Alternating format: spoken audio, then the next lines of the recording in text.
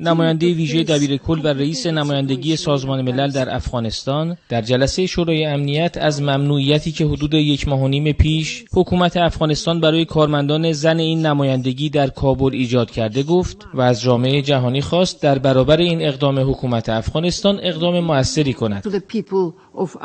نزدیک به 20 میلیون نفر در افغانستان به کمک‌های بشردوستانه و حمایت‌های سازمان ملل نیاز دارند و افغانستان از این نظر دارای بزرگترین بحران بشردوستانه در دنیاست.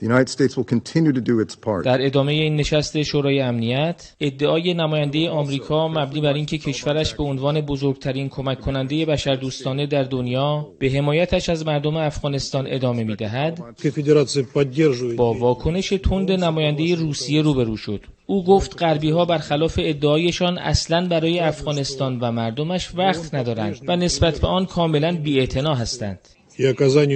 آمریکا و بقیه کشورهای غربی به بهانه مبارزه با تروریسم 20 سال افغانستان را ویران و بعد هم مردم این کشور را به حال خود رها کردند و الان هم هیچ علاقه‌ای به بازسازی افغانستان ندارند.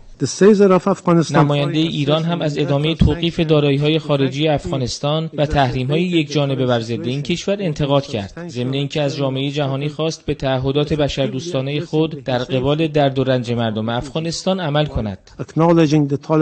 اذعان داریم که طالبان در اجرای تعهدات بین‌المللی‌اش از جمله برای تشکیل دولتی فراگیر و رفع محدودیت‌های شدید بر ضد زنان و دختران کوتاهی کرده، اما با این وجود باید تعامل سازنده خود را با هیئت حاکمی افغانستان حفظ کنیم. این به نفع همه است.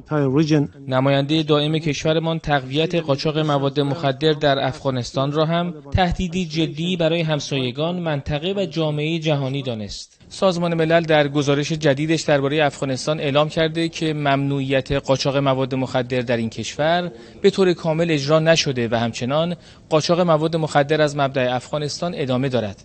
ضمن اینکه در این گزارش از افزایش فعالیت آزمایشگاه‌های تولید مواد مخدر صنعتی در افغانستان هم ابراز نگرانی شده.